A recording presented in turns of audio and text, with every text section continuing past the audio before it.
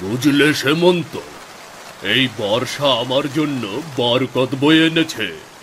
গায়ের সব জেলেরা এবার খালে নামবে, মাছ ধরবে, আর আমি সেই ইলিশ, বোয়াল, কই সব কিনে বাজারে চালান করে দেব।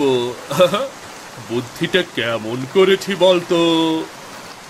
বাবু, আপনার বুদ্ধির প্রশংসা করতে হয়। শুনেছি বাবু, এবার অনেক বড় বড় ইলিশ পাওয়া যাবে। গায়ের সব জেলেরা যদি এক হয়ে মাছ ধরে, তাহলে তো এই মাছে বাজারে একেবারে ইলিশের ছড়াছড়ি হয়ে যাবে। শোনো শ্যামন্ত, আমি আরেকটা বুদ্ধি করেছি। এই খাল পাড়ের যে জমিটা আমার আছে, ওটা নিয়ে যত হুড়োহুড়ি, সেটা নিয়েও একটা ভালো ফন্দি এঁটেছি। আমি ঘোষণা দেব, জেলেদের মধ্যে যে সব থেকে বেশি ইলিশ মাছ ধরতে পারবে, তাকে খালের জমিটা দিয়ে দেব। এ কি বলছেন বাবু? বর্ষার দিনে খালপাড়ের জমিতে ভালো আমন ধান চাষ হয়। আপনি যদি জমিতে চাষ করেন, তাহলে তো অনেক ফসল হবে বাবু। শোন রে সামন্ত, যে জেলে জমিটা পাবে সে ওখানে ধান চাষ করবে ঠিকই, কিন্তু দিন শেষে সব ধান আমার ঘরে ঢুকবে। আপনার কথা কিছুই তো বুঝতে পারছি না বাবু।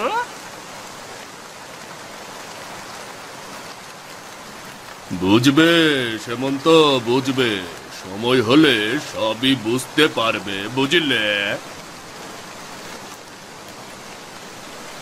চারিদিকে একেবারে বৃষ্টিতে ডুবু ডুবু অবস্থা।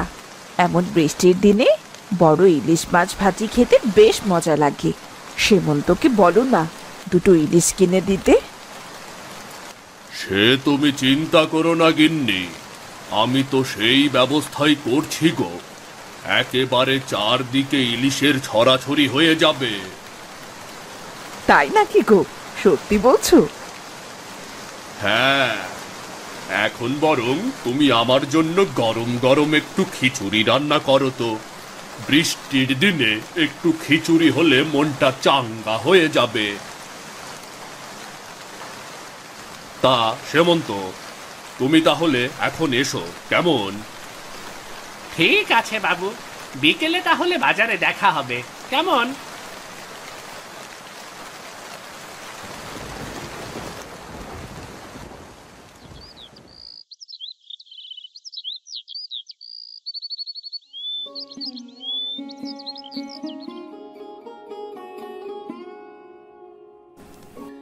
কি গো, বলি সেই ভোরবেলা বাড়ি থেকে বেরিয়েছো, তা এতক্ষণ কোথায় ছিলে শুনি?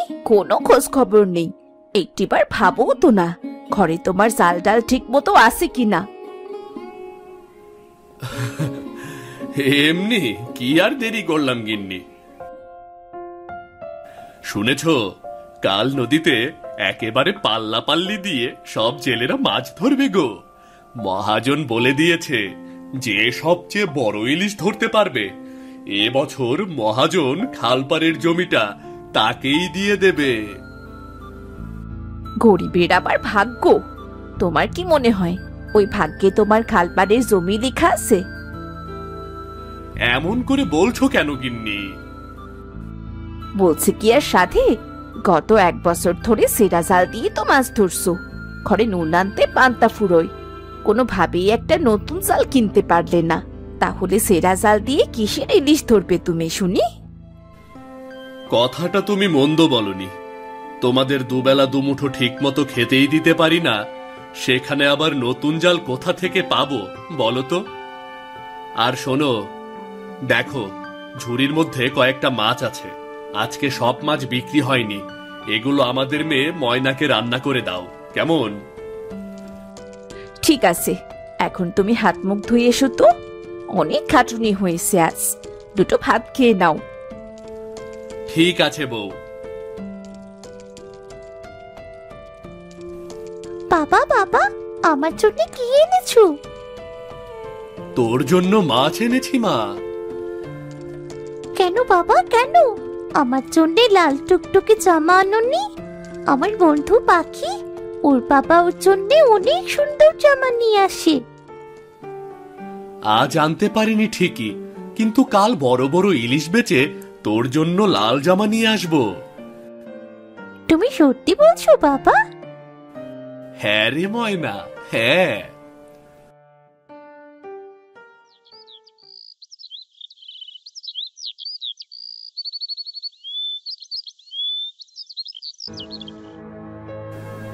শুনছো গিন্নি, আমরা গরিব মানুষ, মহাজনের কাছ থেকে জমি পাওয়া আমাদের ভাগ্যের ব্যাপার।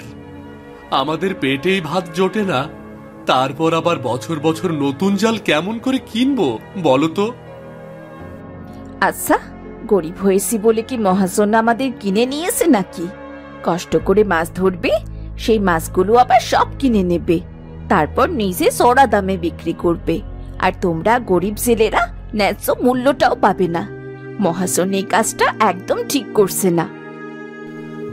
ঠিক ভুল বলতে গেলেই তো মহাজনের কাছে খারাপ হয়ে যেতে হয়। এখন যে দুমুঠো ভাত খাচ্ছি, এ দুমুঠো ভাতও আর জুটবে না।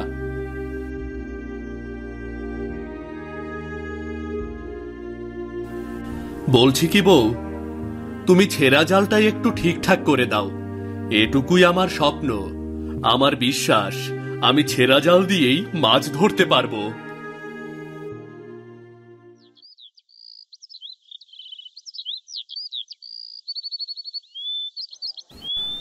কি রে মিলু, আজ কতগুলো ধরলি রে? হ মহাজন, অনেক মাছ ধরছি, ঝুড়ি পুরা ভর্তি। তাহলে আজকে তোর ভাগ্য ভালো। মাছগুলো ঝুড়ি ধরে নিয়ে আরদে ঢেলে দিয়ে আয়, আর যাবার সময় আমার বাড়ি থেকে টাকা নিয়ে যাস, হিসাব খাতায় লিখে রাখা আছে। আরে মদন, তুই কেমন করলি আজ? কতগুলো পেয়েছিস রে? পেয়েছি মহাজন, অনেক পেয়েছি। এই ঝুড়িটা শুধু একার নয়, আরো অনেক আছে নৌকায়। তাই নাকি রে? তাহলে তো বেশ ভালো। শুনেছিস নাকি আগামীকাল কিন্তু সবাই একসাথে মাছ ধরবে নদীতে? হ্যাঁ বাবু, শুনেছি। আজকে পাওনাটা মিটিয়ে দেবেন, নতুন একটা জাল কিনতে হবে যে বাবু। ও ঠিক আছে, ঠিক আছে, খাতায় আছে, তবে হিসাব দেখে তারপর দেব, বুঝলি?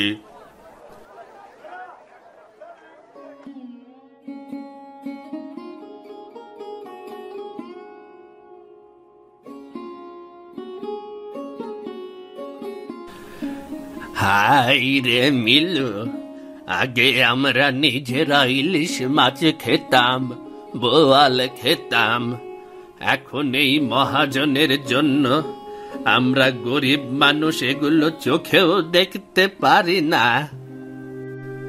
তাই তো কাকা, মাছ ধরি আমরা, কিন্তু সেই মাছ আমরা চোখেও দেখতে পারি না। সেই মাছ খায় শহরের বড় লোক বাবুরা। শোন মিলু, ওই মহাজন আমাদের জমি দেওয়ার নামে পায়ে শেকল পরায়। যে মাছ আমরা পানিতে নেমে বুক ভিজিয়ে ধরলাম, সেই মাছ কিনে নিয়ে মহাজন 3 গুণ দামে শহরের বাজারে বিক্রি করে। আপনি ঠিক কথা কইছেন কাকা। আজ যদি একটা শক্ত হাত থাকতো, একটা জোর আওয়াজ উঠতো গায়ে, তাইলে মহাজনের হিসাব উল্টায় যাইতো।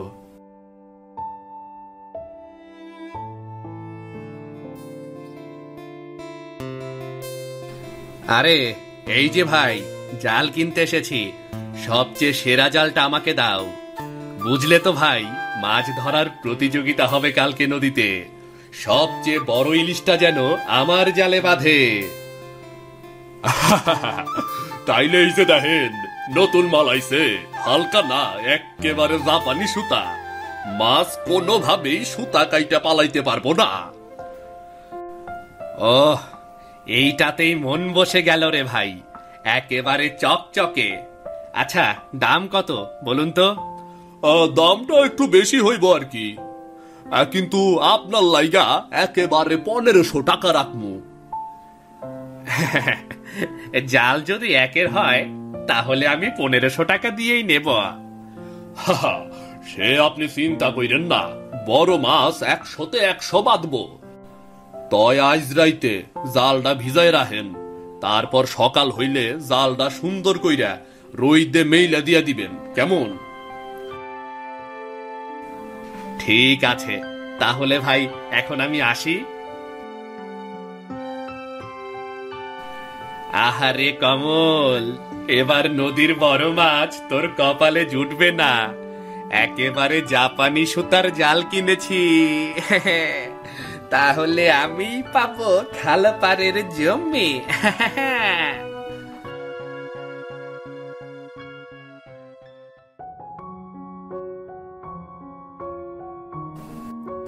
কি গো, তা আসতে এত দেরি হলো যে? মাছগুলো ঠিকঠাক বিক্রি করতে পেরেছো তো? হ্যাঁ, তা পেয়েছি, কিন্তু মনের মতো তো আর হয়নি। আমরা গরিব মানুষ, মাছ তো কখনোই চড়া দামে বিক্রি করতে পারি না। তবে আজকে যা পেয়েছি, অনেক পেয়েছি। তাহলে এখন যাও, গিয়ে হাত মুখ ধুয়ে এসো। তোমার জন্য দুটো গরম ভাত রেঁধে রেখেছি। এইদিকে এসো, এইদিকে এসে দেখো রেঁধেছি, দুমুঠো খেয়ে নাও দেখি। আগে এদিকে এসো, দেখো আমি কি নিয়ে এসেছি, দেখো।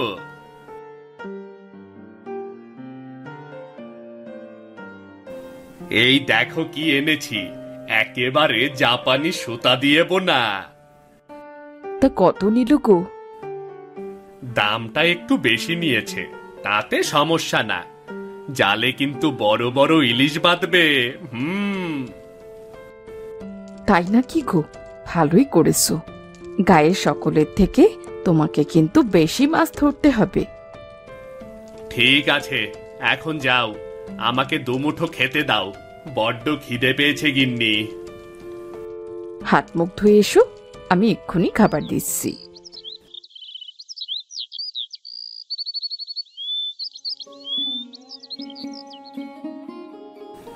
বুঝলে বউ, আমি ভেবেছিলাম তোমারে হাতের বালা দুটো বিক্রি করে নতুন জাল কিনব, কিন্তু আজকে মহাজন আমাকে বেশ কয়েকটা টাকা দিয়েছে, তাতে তোমার এই হাতের বালা দুটোর আর বিক্রি করতে হলো না। তাহলে শোনো, এবার কিন্তু মাছ বিক্রি করে ঘরের জ্বালাটা সারাতে হবে। ঘরের চাল আর সারাবো কি, তোমাকে একেবারে পাকা ঘর করে দেব।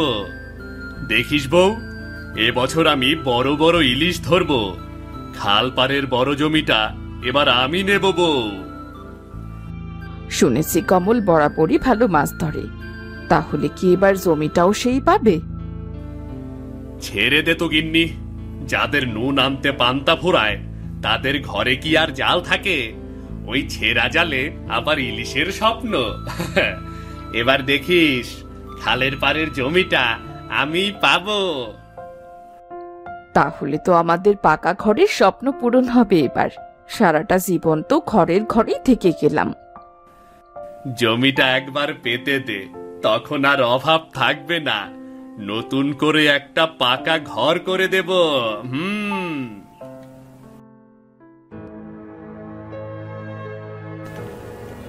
না গো গিন্নি, মনটা কেমন যেন করছে। এই ছেঁড়া জালটায় আমি কোনো ভরসা পাচ্ছি না। সবাই নদীতে মাছ ধরার উৎসব করছে, আর তুমি কিনা মন ভার করে বসে আছো। শুনলাম মদন নাকি জাপানি সুতোর চিকন জাল কিনে এনেছে। ও তো এবার নদীর সব মাছ ধরে নেবে। আমার কপালে আর কিছুই জুটবে না। তুমি এত ভেঙে পড়লে কেন বলো তো? বারবার তো নিজেই মহাজনে এসে বড় ইলিশ ধরে আনছো। মানুষ তো তখন তোমার নামেই হাত দিছিল। তুমি একদম চিন্তা করো না, এই জালটা আমি এমন ভাবে সেলাই করে দেব, দেখবে একটা মাছও ফাঁক দিয়ে বেরোতে পারবে না। সত্যি বলছো গিন্নি? তুমি পারবে জালটা ঠিক করে দিতে?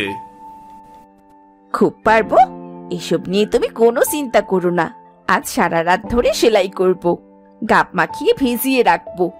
কাল রোদ উঠলে একটু শুকায়া দিমু, তোমার জাল হইব নতুনের চাইতেও ভালো।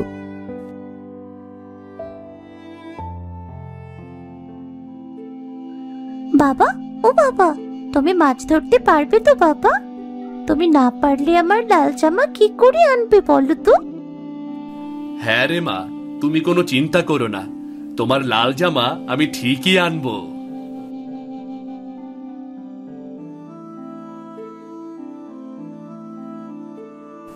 তুমি যাও তো, গিয়ে দেখে আসো গায়ের মানুষজন কি করতাছে, কার কি প্রস্তুতি। আমি এই জালটারে এমন ভাবে সেলাই করবো সবাই তাক লেগে যাইব। তাহলে গিন্নি, জালটা গাব মাখিয়ে ভিজিয়ে রাখো, ভোর হলে নদীতে নামতে হবে। আমি যাই তাহলে।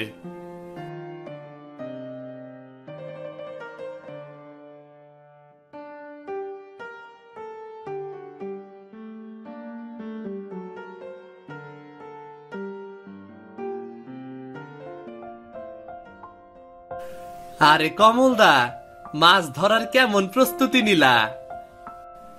কি আর প্রস্তুতি নেব বলতো, আমার তো সেই পুরনো জাল, এই জালে কি আর বড় ইলিশ ধরা পড়বে?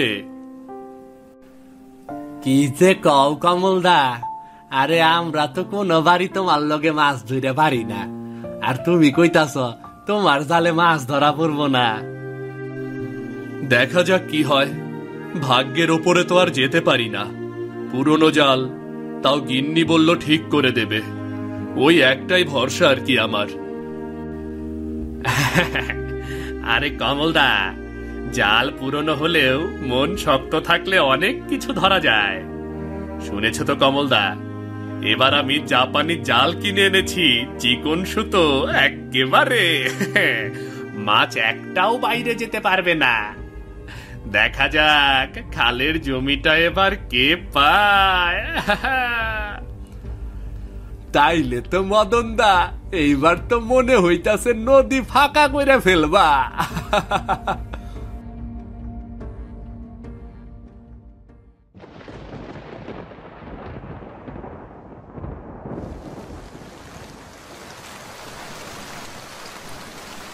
আরে এই বৃষ্টি আবার শুরু হলো। কাল যদি বৃষ্টি এমন হয় তো মাছই তো ধরা যাবে না। তবে যদি জালটা ঠিকঠাক ফালাতে পারি, এবার কিছু একটা হতেও পারে।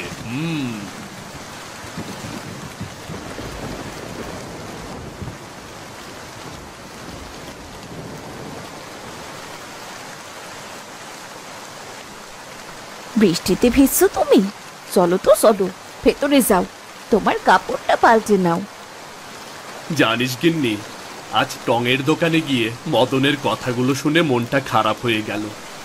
এমন করে বলছিল যেন এইবার মাছ আর জমি দুটোই ওর। তাতে কি, মানুষ যত বড় কথাই হোক না কেন, কাজের বেলায় না পারলে কিছুরই দাম নাই, বুঝলে? একেবারে চিন্তা করো না তো, তোমার জালটা আমি ঠিকঠাক করে দিচ্ছি। বৃষ্টি হোক আর ঝড়, তোমার জালেই মাছ আটকাইব, শুধু মনে বিশ্বাস রাখো।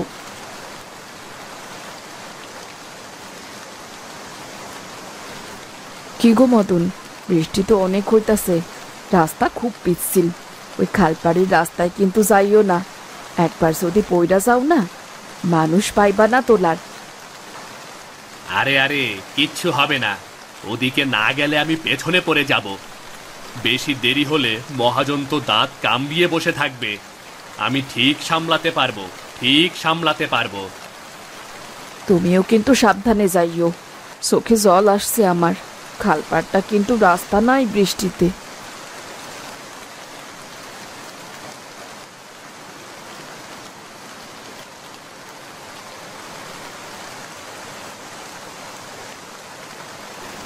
এই কেউ নেই? হায় আল্লাহ, কেউ কি নেই? সাহায্য করো, আমি পড়ে গেলাম আমি। মাছ ধরার স্বপ্ন আমার স্বপ্নই থেকে গেল। ওগো, সাবধানে যেও গো। কোনো চিন্তা করো না গিন্নি, বিধাতার নাম জপতে জপতে ঠিকই নদীর পাড়ে পৌঁছে যাব, কোনো চিন্তা করো না।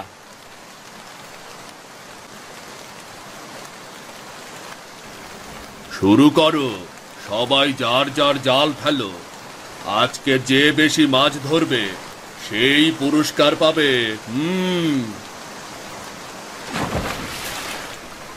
আরে জালটা একেবারে পাতলা পাতলা লাগতাছে। আমি জানি বরাবরই আমার ভাগ্যে কিছুই জোটে না। জাল তো ফালাইয়া দিলাম, জানি না মাছ উঠবো কিনা। আরে কমলদা, দেরি কইরো না, দেরি কইরো না। দেখা যাক গিন্নির হাতের আচারে কাজ করে কিনা।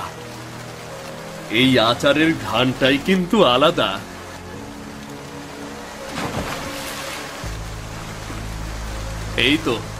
এই তো মনে হচ্ছে মাছেরা আসতে শুরু করেছে। জালটা ফেলে দেই, আর দেরি করা যাবে না। ওরে বাবা, গিন্নি আমার বুদ্ধিতে সেরা। ওরে বাবারে, জাল তো দেখছি অনেক ভারী। আমার তো জাল টানার আগেই বুক ধুকপুক করছে। আরে দেখো দেখো, কমল প্রথমবারেই কত মাছ পেয়েছে। এই যে এইটাই হলো মেহনত আর কৌশলের মিল। আরে কমলদা, আপনি তো একেবারে ফাড়াইয়া দিছেন, দারুণ মাছ ধরছেন গো। মদন তো শুনেছিলাম নতুন জাল নিয়েছে, কিন্তু আজ তো ওকে দেখলাম না কোথাও। এই সামন্ত, মদন কি আজ মাছ ধরতে আসেনি? জানি না মহাজন, কেউ তো দেখেনি আজ ওকে। হয়তো বৃষ্টির কারণে আসতে পারেনি। এইবারও মনে হয় কমলদাই সবচেয়ে বেশি মাছ পাইবো। হ্যাঁ, আর কেরা জানে মদন দ্বার আবার কিছু হইল কিনা।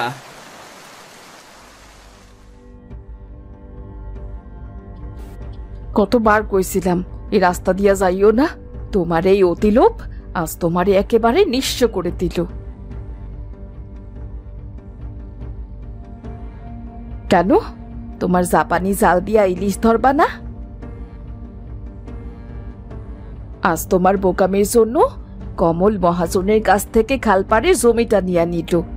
ইলিশ ধরবা বলে আজ তুমি নিজেই গর্তে। এখন কি মাছ ধরা শেষ গিন্নি?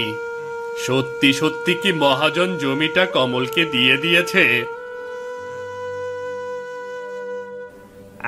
আরে এবারও খালের পাড়ের জমিটা পেলাম না। এমন করো না গিন্নি, পরের বার জমিটা আমি ঠিক পেয়ে যাব, ঠিকই পেয়ে যাব গিন্নি। আর গলা বাড়িও না তো, তাড়াতাড়ি বাড়ি চলো। মানুষ জানতে পারলে তো হাসাহাসি করবে।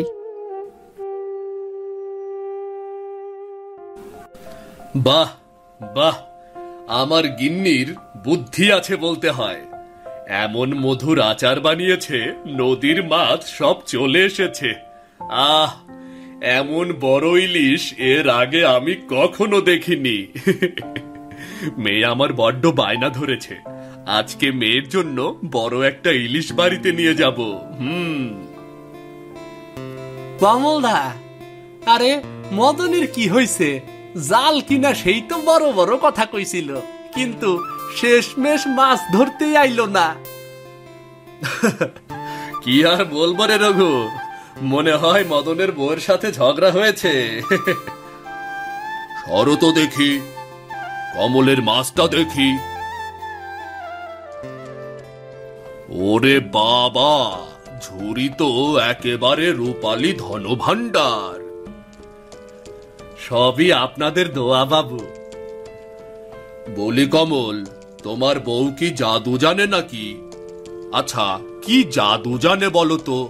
কেমন আচার বানিয়ে দিল, নদীর মাছ সব তোমার কাছেই এলো। সবই ওপরওয়ালার ইচ্ছা। বাবা কমল, তুমি তো আজকে বাজার ফাটিয়ে দিলে। এইবার তো চড়া দামে বড় ইলিশগুলো আমি বেচতে পারবো। মহাজন, এবার কিন্তু আমাকেই দিতে হবে খালপাড়ের জমি। আরে হবে হবে হবে, শান্ত হ। খালপাড়ের জমি তো পাবি। আমি খুশি হয়ে খালপাড়ের জমি তোর নামে লিখে দিলাম। যা যা যা। মহাজন, মদন যদি এই খবর জানতে পারে দুঃখে কষ্টে বাড়ি ছাইরা তো চইলা যাইব।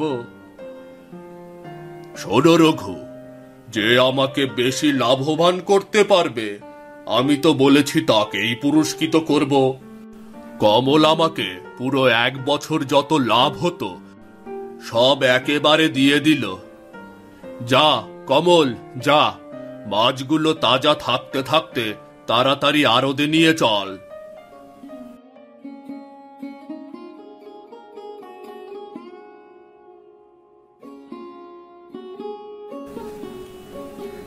কই গো গিন্নি, আরে এদিকে এসো, দেখো দেখো তোমার জন্য কি এনেছি গো গিন্নি, দেখো দেখো।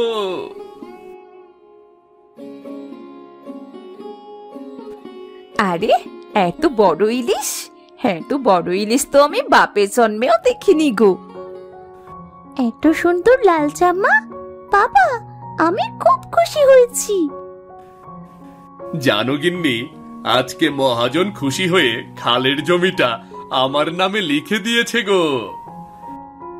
তাই নাকি? যাক, মহাজনের মন গলেছে তবে। আজ থেকে আমি তুমি ময়না সুখে দিন কাটাবো।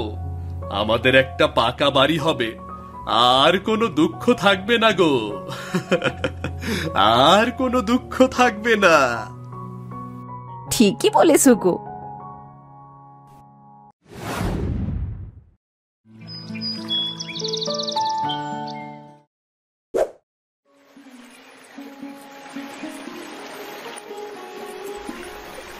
কিরে, কত বছর বয়স হলো তোর? বয়সের সাথে সাথে তুইও কত বড় হয়ে গেছিস। তোর তো এবার দেখার মতো ফলন হয়েছে রে। কত কত আম ঝুলছে পাতার ফাঁকে ফাঁকে। কত লোক তোর কাছে আসে, আর আমাকে দেখ, তোর চেয়ে কত ছোট হয়েও আমি কেমন বুড়ো হয়ে গেছি। আমার কাছে কেউ আসে না। আসলে তুই তো ছায়া দিতে পারিস, ফল দিতে পারিস, আমি তো কিছুই দিতে পারি না। আমিও যদি মানুষ না হয়ে আম গাছ হতাম।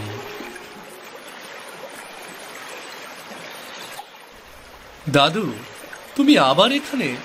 তোমাকে না কত করে বলেছি তুমি বাড়ি থেকে কোথাও বের হবে না। তুমি তো হাঁটতে পারো না।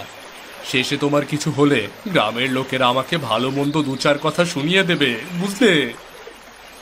লোকের কথায় কি যায় আসে? সব কথা কানে না তুললেই তো পারিস। তোকে নিয়ে তো আমার কোনো অভিযোগ নেই, বরং তোকে নিয়ে আমার গর্ব হয় রে।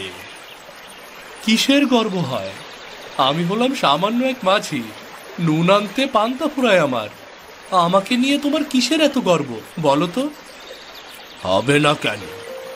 আজকাল তো কত কি দেখছি আমি। ছেলে বউরা বুড়ো মা বাবাকে বোঝা মনে করে তাড়িয়ে দেয়, আর তুই নাতি হয়েও আমার দায়িত্ব নিয়ে কোনো অবহেলা করিস না। গর্ব হবে না? তোর জন্য সত্যি আমি গর্বিত রে। হয়েছে হয়েছে, এসব বলে কি হবে?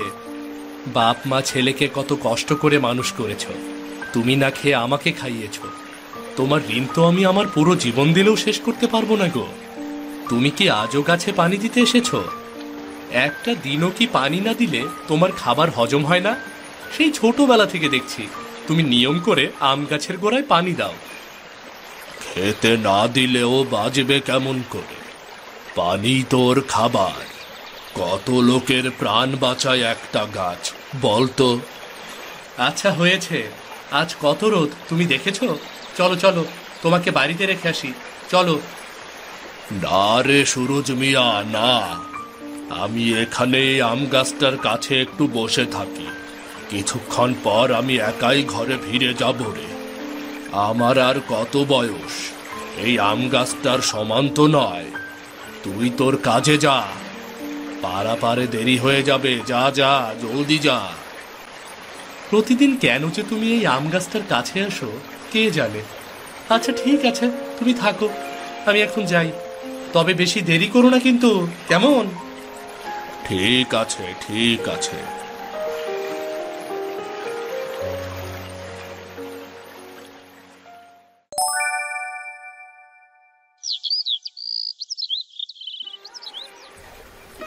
নৌকায় বসে অপেক্ষা করতে করতেই যদি দিন কেটে যায়, তাহলে আর রোজগার করে ঘরে ফিরবো কখন?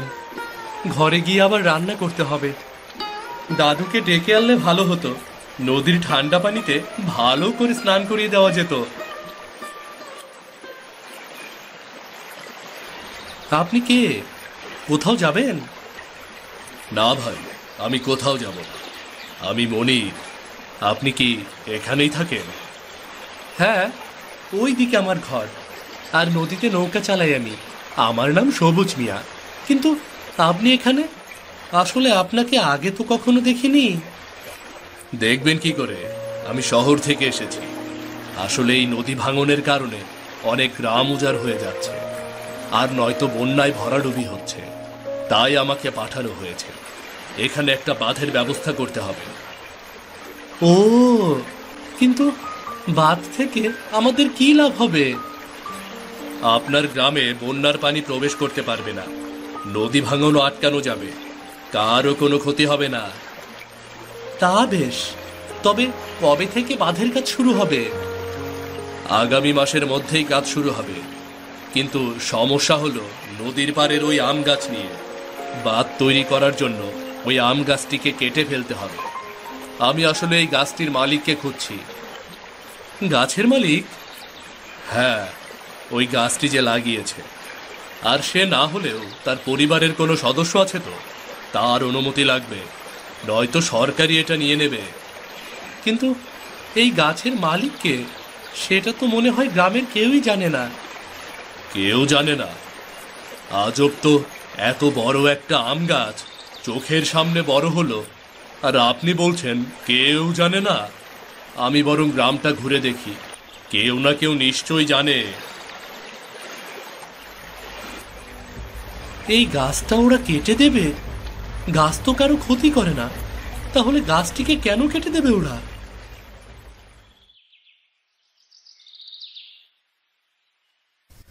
বাপরে, এত গরম!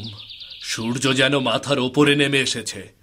এমন দিনে অফিস থেকে কেন যে আমাকে গ্রামে বাঁধ তৈরি করতে পাঠালো কে জানে। তারপরেও আবার উটকো কাঁধে চেপে বসেছে গুরু দায়িত্ব। কে কে ওখানে? আমি শহর থেকে এসেছি। বাড়িতে কেউ আছে? একটু কথা বলার ছিল। আমার বাবা তো কাজে গেছে, আপনি আমাকেই বলতে পারেন। আমি গ্রামের প্রায় সকলের বাড়িতে গিয়েছি। গ্রামের শেষ বাড়ি এটি। বলছিলাম যে নদীর পাড়ের আম গাছটি কি আপনাদের? কেন বলুন তো, কি হয়েছে? আসলে নদীর পাড়ে ওই আম গাছটা কাটতে হবে, তাই অনুমতি নেওয়ার জন্য গাছের মালিককে খুঁজছি। গাছটি তো কারো কোনো ক্ষতি করছে না, তাহলে কেন কাটতে হবে? গতকালের সাক্ষী ওই আম গাছটা। প্রতি বছর গাছে এত আম ফলে, সে গ্রামের প্রত্যেকেই সে আম খায়, তাহলে কেন? আপনাকে সব বলা সম্ভব নয়। কাল লোকজন আসবে গাছ কাটতে, তারপর শুরু হবে বাঁধের কাজ। আর যদি আমরা পুরনো আম গাছটি কাটতে না দিই, তখন কি বাঁধের নির্মাণ কাজ বন্ধ থাকবে? বন্ধ হবে না, তবে যে বা যারা সরকারি কাজে বাধা দেবে তাদের স্থান হবে স্ত্রী ঘরে। স্ত্রী ঘর মানে জানেন তো? গ্রামের মানুষ কি আগের মতো আর অত বোকা শোকা ভাববেন না শহুরে বাবু। দিনকাল বদলে গেছে, আমরাও জানি কি করে মাথা উঁচু করে বাঁচতে হয়। মালিক যখন নেই তখন আর কোনো বাধা নেই। চলি খুকি, কেমন? আমার নাম বিধি, আর আমি কোনো বাচ্চা নই। আমাদের গ্রামের ঐতিহ্য ওই নদীর পাড়ের আম গাছটা, আমরা ওটা কিছুতেই কাটতে দেব না। এখনো অবধি কিন্তু কেউ আমার কাজে বাধা দেয়নি। সময় আসতে দিন, প্রয়োজনে সবাইকে এক করে বিদ্রোহ ঘোষণা করব, দেখি জয় কাদের হয়।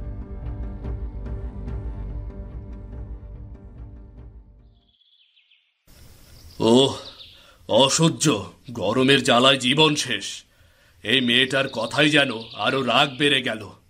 আমিও দেখব ওই আম গাছ কি করে টিকে থাকে?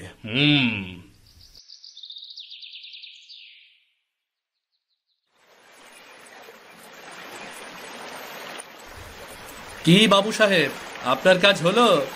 এই প্রকাণ্ড গাছটার মালিককে? মালিককে পাওয়া যায়নি, তবে গাছটা কাটতে হবে, এটাই শেষ কথা। একটা মেয়ে। মেয়ে?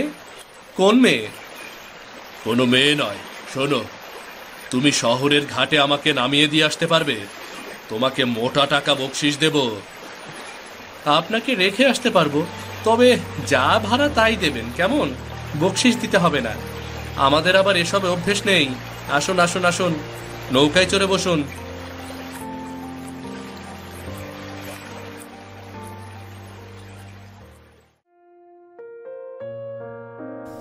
সুরজটা মনে হয় আজ অনেক দূরে গেছে। এত বেলা হয়ে গেল, এখনো তো খাবার খেতে এলো না। ওই ওই দেখো না, পানিও তো নেই বললেই চলে। ছেলেটাকে কত করে বলি বাড়িতে একটা ভালো বউ নিয়ে আয়, তা কে শোনে আমার কথা? কে শোনে আমার কথা? এই গরমে ঘরে বসে কি করছো দাদু? বাইরে বসলেও তো গায়ে একটু হাওয়া লাগে। কে? বিথি এলি? আমি ছাড়া তোমাদের বাড়িতে আর কে আসে শুনি? একা একা বসে আছো কেন? তা তোমার সাথী কোথায়? কি জানি, এখনো তো ফেরেনি। কেন রে, কোনো দরকার? আমাকে বলতে পারিস কিন্তু। তোমাকে দিয়ে হবে না দাদু, জরুরি দরকার আছে। তা সে যখন ফেরেনি, তাহলে তোমারও তো স্নান খাওয়া কিছুই হয়নি, তাই না? না, জানি বিথি, ঘরে খাওয়ার পানিও নেই, আর কিছু রান্নাও হয়নি। তুই চিন্তা করিস না, চিড়ে গুড় আছে, ও দিয়ে ঠিক চলে যাবে। তুই শুধু কষ্ট করে একটু পানি এনে দিবি আমাকে। থাক থাক, আমি রান্না করেছি, পানি আর খাবার দুটোই নিয়ে এসেছি। তোমাদের নিয়ে আর পারি না বাপু। তোমার ওই সুরজকে বিয়ে কেন দাও না? বিয়ে তো দিতেই চাই, কিন্তু তোর বাবাই তো রাজি হচ্ছে না। তার পরিবার চাই, অনেক ভাই বোন মা বাবা আছে, এমন একটি পরিবারে সে তোর বিয়ে দিতে চায়। আর আমি সুরজকে এই হাতে বড় করেছি, ও মুখে না বললে ওর মনের কথা আমি ঠিকই বুঝতে পারি। তুমিও না দাদু, একটু অপেক্ষা করো, আমি এক্ষুনি আসছি। তোর বাবা জানলে রাগ করবে বুবু। তুই আমাদের বাড়িতে আসিস, এটা তোর বাবা চায় না রে। তুমি ওসব নিয়ে ভেবো না তো। বাবা আজ পাশের গ্রামে গেছে, ফিরতে সন্ধে হবে।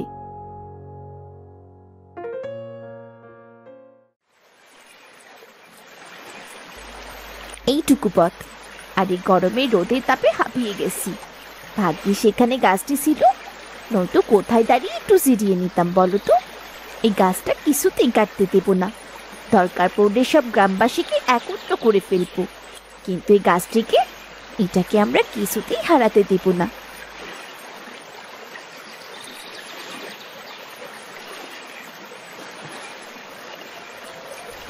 এই ভর দুপুরে তোমাকে কি ভূতে পেল নাকি? একা একা কার সাথে কথা বলছো? অবশ্য আমার দাদুও একা একা কথা বলে, এই আম গাছটার সাথে। এই ভর দুপুরে বাজার নিয়ে ঘরে ফিরলে খাবে কখন? একজনকে নিয়ে শহরে গিয়েছিলাম, তাই দেরি হয়ে গেল। শুনেছ, গ্রামে নাকি বাঁধ হবে গো, প্রতি বছরের মতো। আর বন্যা নিয়ে ভাবতে হবে না আমাদের, বুঝলে? একটা খারাপ খবরও আছে। এই আম গাছটা, এই গাছটা নাকি আর থাকবে না, কেটে ফেলবে। মালিক না থাকলে তার সম্পদের কোনো দাম নেই, বুঝলে? গ্রামের সবচেয়ে পুরনো গাছ, এটাও আর থাকবে না। মালিক না থাকলেও তো আমরা গ্রামবাসীরা এর মালিক হব। তবু এই গাছটা কাটতে দেব না। পুরো গ্রামবাসীর সাথে আমি কথা বলেছি, সবাই ঋণী এই গাছের কাছে। নদীতে কাজ করতে আসা প্রত্যেকটি মানুষ এখানে বিশ্রাম নেয়। গাছটি আমাদের ছায়া দেয়, বাতাস দেয়, ফলও দেয়। এটাকে আমরা হারিয়ে যেতে দেব না। সরকারের লোক ওরা, আমাদের কি জোর আছে বলতো? মনে জোর থাকলেই হবে। ছোট থেকে বড় হলাম এই গাছটার সাথে, গাছের নিচে খেলা করতাম। তুমি আর আমি কত কথা বলেছি এখানে বলো, কত গল্প করেছি আমরা। আমরা বৃদ্ধ হব এই গাছের নিচে। ডাঙায় বাস করে বাঘের সাথে লড়াই করে কি হবে? ওদের ইচ্ছে করুক না। তাছাড়া কদিন বাদে তুমিও তো গ্রাম ছেড়ে অন্য কোথাও চলে যাবে। শুনলাম তোমার বাবা নাকি পাত্র দেখছে। আমি আমি কোনো কথাই শুনতে চাই না। তুমি শুধু বলো আমাকে, তুমি আমার পাশে আসো কি না। না বলি কি করে? আমি তো তোমার পাশেই থাকতে চাই। যাও বাড়ি যাও, আমি পানি নিয়ে আসছি। আমাদের পানির কলসি তোমার হাতে? সে অনেক কথা, তুমি পানি নিয়ে এসো, আমি রান্নার আয়োজন করছি।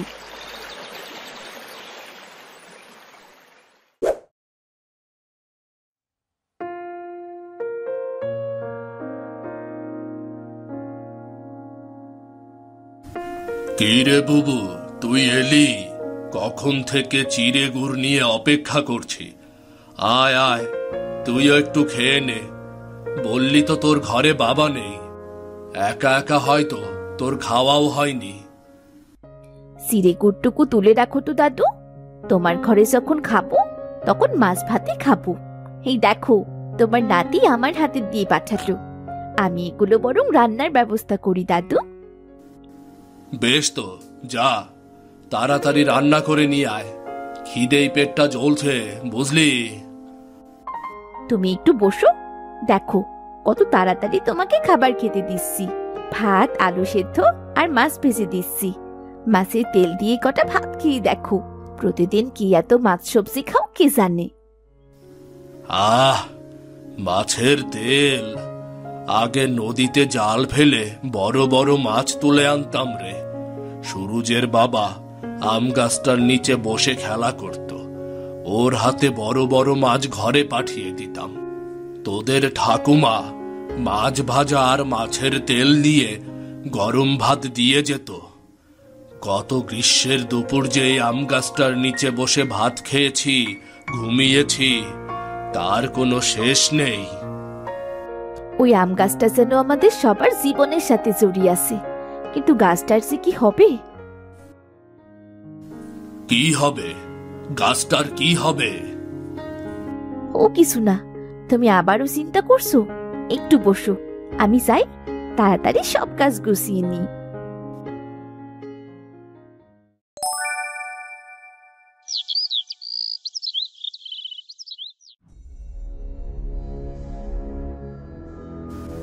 তা এতক্ষণ পর তোমার ঘরে ফেরার সময় হলো নাকি? তুমি কখন এলে বাবা? অনেকক্ষণ হলো এসেছি। তোমাকে একটা কথা সরাসরি বলছি বিধি, তুমি আর সুরুজের বাড়িতে যাবে না, আর ওদের সাথে আর কখনো কথাও বলবে না। আমাকে গ্রামের সবার সাথে চলতে হয়। লোকেরা তোমার ও বাড়িতে যাওয়া ভালো চোখে দেখে না, বুঝলে? আমি না খেয়ে থাকলে তো কেউ আমার খোঁজ করতে আসে না বাবা। তাহলে আমি অন্যায় কাজ না করলেও আমাকে নিয়ে কারো সমালোচনা আমি কেন শুনবো বলো? আমি বড় হয়েছি, আমি ভালো মন্দের বিচার করতে পারি বাবা। মুখে মুখে তর্ক করো না বিধি। আমি তোমার বিয়ে যেখানে দেব, তোমার বিয়ে সেখানেই হবে। আর এ কথাটি তুমি মনে রেখো। ও হ্যাঁ, আর নদীর পাড়ের আম গাছ কাটা নিয়ে তোমার এত বাড়াবাড়ি করা ঠিক না। তুমি একটি মেয়ে, বুঝলে? গ্রামে অনেক মানুষ আছে, যা ভালো হয় তারা করবে। আমিও তো গ্রামেরই মানুষ, আমি তোমার অবাধ্য মেয়ে নই। কিন্তু ঠিক আর ভুলের বিচার তো করতে পারি বাবা। কেউ কিছু বলছে না বলে আমিও কি চুপ করে থাকবো নাকি? শোনো বিধি, আমরা খেটে খাওয়া মানুষ। নদীতে বাঁধ হোক বা সেতু তৈরি হোক, তাতে আমাদের কি? তেমনি করে একটা গাছ লাগানো হোক বা কাটা হোক, তাতেও আমাদের কিচ্ছু যায় আসে না। তা বলে অন্যায় দেখলেও চুপ করে থাকবো বাবা?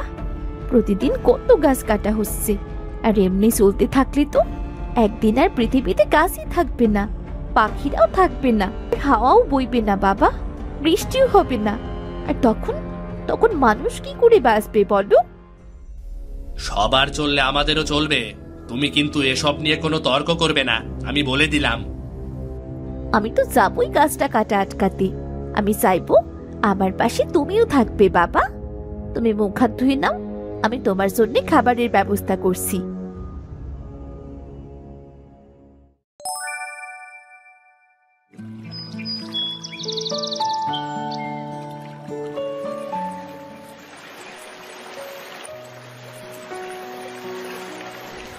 দাদু, তুমি আজও গাছে পানি দিচ্ছ? তুমি জানো না আজ গাছটি কাটতে শহর থেকে লোক আসবে? শহর থেকে লোক আসবে কেন? আর এই গাছ কেন কাটবে ওরা, বলতো? নদীতে বাঁধ হবে, তাই তো গাছটি কেটে দেবে। ওরা তো গতকাল গাছের প্রকৃত মালিককে খুঁজতে এসেছিল, কাউকে না পেয়ে শুনলাম ওরাই কেটে নিয়ে যাবে গাছ। গাছটি এখানে লাগিয়েছিল আমার দাদু। আমার বাবা তখন খুব ছোট। বাবা প্রতিদিন গাছের নিচে পানি দিত, তাই তো আমিও প্রতিদিন গাছের নিচে পানি দেই। মনে হয় গাছটার আশেপাশে আমার বাবা আছে। আমার বাবা আমাকে দেখছে। তার মানে তো গাছটার প্রকৃত মালিক আমরা। গাছটি বিক্রির টাকা তাহলে আমরা পাবো, অনেক টাকাও তো পাওয়া যাবে তাহলে। টাকার চিন্তা করছিস তুই দাদু ভাই? একটা গাছ হলো প্রকৃতির প্রাণ। গাছ না থাকলে হাওয়া থাকবে না, হাওয়া না বইলে মানুষ বাঁচবে কেমন করে? সবাই তো গাছ কেটে দিয়েই দায়মুক্ত হচ্ছে, কিন্তু গাছ তো রোপণ করছে না। সবাই যদি নিজেদের স্বার্থ দেখি, তাহলে এই পৃথিবীর কি হবে বলতো? আমরা এই গাছ কিছুতেই কাটতে দেব না দাদু, তুমি ঠিকই বলেছ। সবার জন্য কিছু করতে পারি আর না পারি, কিন্তু প্রকৃতির জন্য গাছ লাগিয়ে সবার উপকার করতে হবে।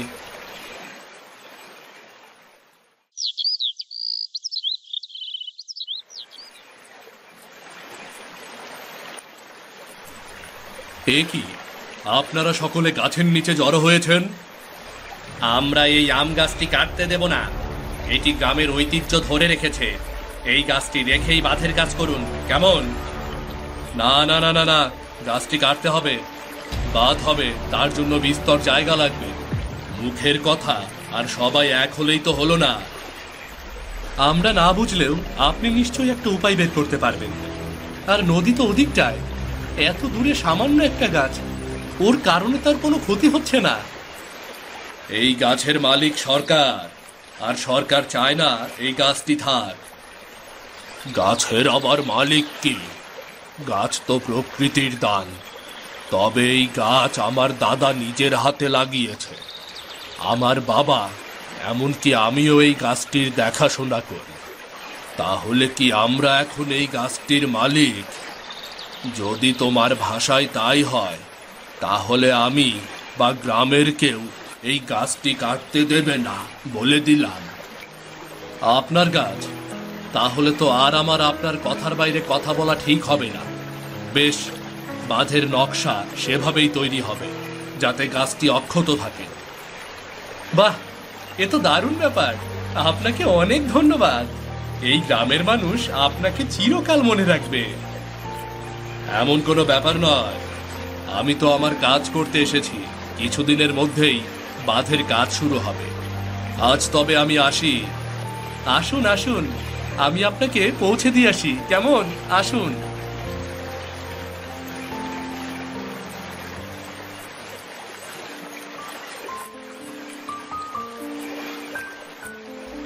ও বাবা, বাবা, আমাকে দুটো কাঁচা আম পেড়ে দাও না। বাড়ি গিয়ে তুমি আর আমি ঝাল করে মেখে খাবো। দাঁড়া মা, এখনই পেরে দিচ্ছি, দাঁড়া।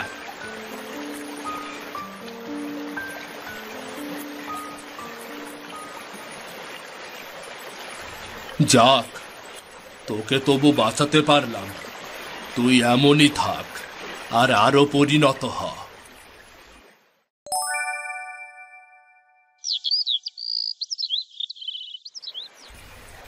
কি হয়েছেটা কি? কি এত ভাবছো?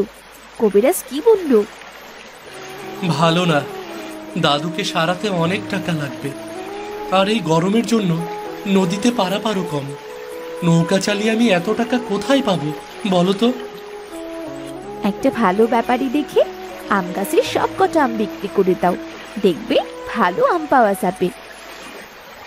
ভালো বলেছ, কিন্তু দাদু এতে রাজি হবে না। সে চিরকাল সবাইকে এই আম ইচ্ছে মতো খেতে দিয়েছে, আর গ্রামের সকলে কত আনন্দ করে এই গাছের আম খায় বলো তো। 1 বছর আম না খেলে কি হবে, আগে তো জীবন। গ্রামের কেউ কিচ্ছু মনে করবে না, দরকার পড়লে সবার সাথে আমি কথা বলবো। কিন্তু তাতে কি কাজের কাজ হবে? কটা টাকাই বা হবে? কত আম দেখেছো? তুমি দেখো, দাদু এই টাকাতেই সেরে উঠবে।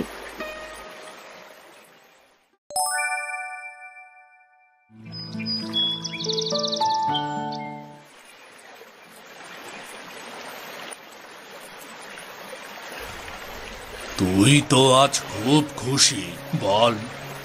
আমি তোকে পানি দিতাম, আর তুই তো আমার জীবনটাই ফিরিয়ে দিলি। তুই সত্যি প্রকৃত বন্ধু রে। বাবা, এত সকালে কোথায় যাচ্ছ? শহরে যাচ্ছি, কাজের কিছু জিনিসপত্র কিনতে হবে। তোমার সাথে আমার একটু কথা ছিল, তোমার কি সময় হবে? আপনি কি বলতে চান সেটা আমি অনুমান করতে পারি। শোনেন মুরব্বী, তেলে আর জলে কখনো মিশ খায় না। আমি আমার একমাত্র মেয়েকে তো নদীর জলে ভাসিয়ে দিতে পারি না, তাই না? এমন কথা কেন বলছো? বিথি বড্ড লক্ষ্মী মেয়ে, ও আমার সংসারকে গুছিয়ে রাখবে। আমার ফুপুকেও তো আপনার সংসারে পাঠিয়েছিল আমার বাবা, বড্ড সাধ নিয়ে। জীবনে সে কি পেয়েছে বলতে পারেন? আপনার সংসারে এসে সে কেবল সবার জন্য করে গিয়েছে, শেষে বিনা চিকিৎসায় সে মারা গেছে। তার যে অত বড় অসুখ সে তো কোনোদিন জানতেও দেয়নি। আর সংসারে সে যে অসুখী ছিল এমন তো কিছু নয়। তার আমি কি জানি, আমি তখন বড্ড ছোট। ফুপু আমাকে কত স্নেহ করতেন। আপনাদের বাড়িতে এসেই আমার ফুপু মরে গেছে। না গো বাবা, তুমি খোঁজ নিয়ে দেখতে পারো। আমার ঘরে এসে তার কোনোদিন অযত্ন হয়নি। আর যা হয়েছে তার পথ চলা ওটুকুনি ছিল। আর এজন্য তুমি বিথিকে কষ্ট দিও না। মেয়েটার কি দোষ বলো তো? আর সুরুজের মতো ভালো ছেলে তুমি আশেপাশের কয়েক গ্রাম ঘুরলেও পাবে না, আমি এটা হলফ করে বলতে পারবো। সে যাই বলুন আপনি, আমি এক ভুলের জের আর কখনো টানবো না। আমার ওই মা মরা মেয়েটা ছাড়া আর কেউ নেই। তুমি না চাইলে তো আর কিছুই হবে না। তবে এই গাছের নিচে দাঁড়িয়ে একটা কথা বলি বাবা, কোনো বাবাই তার সন্তানের খারাপ কখনো চায় না। তোমার মেয়ে কিসে খুশি হবে সেটা একটু ভেবে দেখো, কেমন? আমার মেয়ের মাথাটা আপনারাই কৌশল করে খারাপ করেছেন। আমার মাথা ঠিকই আছে বাবা, তোমার মনে একটা জেদ তুমি এতকাল পুষে রেখেছো। তোমার এই ভুল ধারণার জন্য যদি তোমার মেয়েও হারিয়ে যায়, তখন তুমি নিজেকে সামলাতে পারবে বাবা? আমি তোমার কথার ওপর কোনো দিন কথা বলবো না, কিন্তু আমি খারাপ থাকলে তুমি কি খুশি হবে? তোমার খারাপ লাগবে না? তুমি এই বৃদ্ধ মানুষটিকে খালি হাতে ফিরিয়ে দেবে? বেশ, আগামী শুক্রবার আমার বাড়িতে আপনারা আসবেন। বিথি আর সুরুজের 4 হাত সেদিনই এক করে দেব। বাহ বাহ, এ তো বেশ ভালো কথা। আমরা অবশ্যই আসবো, অবশ্যই আসবো।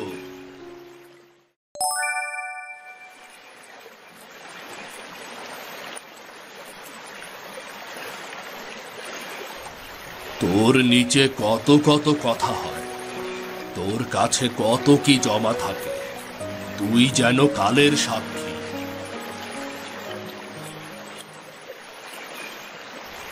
সুরুজ, এই সুরুজ, কি হয়েছে তোর? সুরুজ, আরে এই সুরুজ, কি হয়েছে তোর? হঠাৎ করে বুকে ব্যথা বলে চিৎকার শুরু করলো। সবাই মিলে ওকে কবিরাজের কাছে নিয়ে গিয়েছিলাম। কবিরাজ জানালো ও আর নেই, ও মারা গেছে। হায় হায় রে, আমার বংশের একমাত্র প্রদীপ নিভে গেল। হায় হায়, আমার যে সব শেষ হয়ে গেল, আমার যে আপন বলে কেউ থাকলো না, আমার যে আপন বলে আর কেউ থাকলো না। অমন করে কাঁদবেন না ফুপা, আমরা বরং ওকে নিয়ে যাই, ওকে তো দাফন করতে হবে তাই না? এই নাও নাও, ওকে নিয়ে চলো ওকে।